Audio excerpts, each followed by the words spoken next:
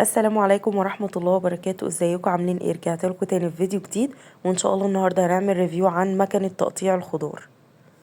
بيبقى فيه شفرات كده، التقطيع على شكل مربع او زي اللي جنبيها، وفيه شفرتين كمان معاها. انا بقطع بالشكل المربع ده، وبدأت اقطع في الخيار. بصوا، بتقطعها مربعة وبطريقة سهلة وسريعة جدا. بقطع الخيار جزئين كده قبل ما احطها، وبعدين علشان تسهل لي القطع. شايفين شكلها مربعة ازاي وشكلها حلو؟ بس بدأت احط الخيار، وهقطع حاجة تانية من الخضار. وهبدأ دلوقتي احط الجزر، وبرضو بقطعها جزئين قبل ما احطها عشان تتقطع كويس. هتتقطع برضو بشكل مربع زي الخيار بالظبط. بعد ما خلصت كمية الجزر، برضو هاخدهم واحطهم في نفس الطبق بتاع الخضار او بتاع السلطة يعني. وبدأت دلوقتي احط الطماطم، بقطعها اصغر برضو علشان تتقطع مربعة. وخلصت كمية الطماطم.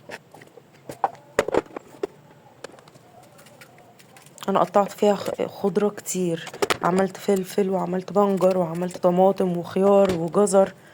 عملت كل مكونات السلطة فيها، وفيها قشرت برضو بطاطس، فحلوة قوي، بتعمل بطاطس شيبسي وكده.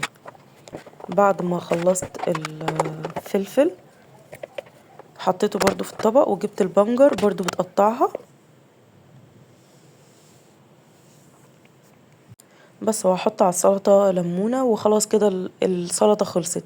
بجد كانت سريعة معايا قوي، ما خدتش وقت، واستخدام المكنة سريع جدا وسهل.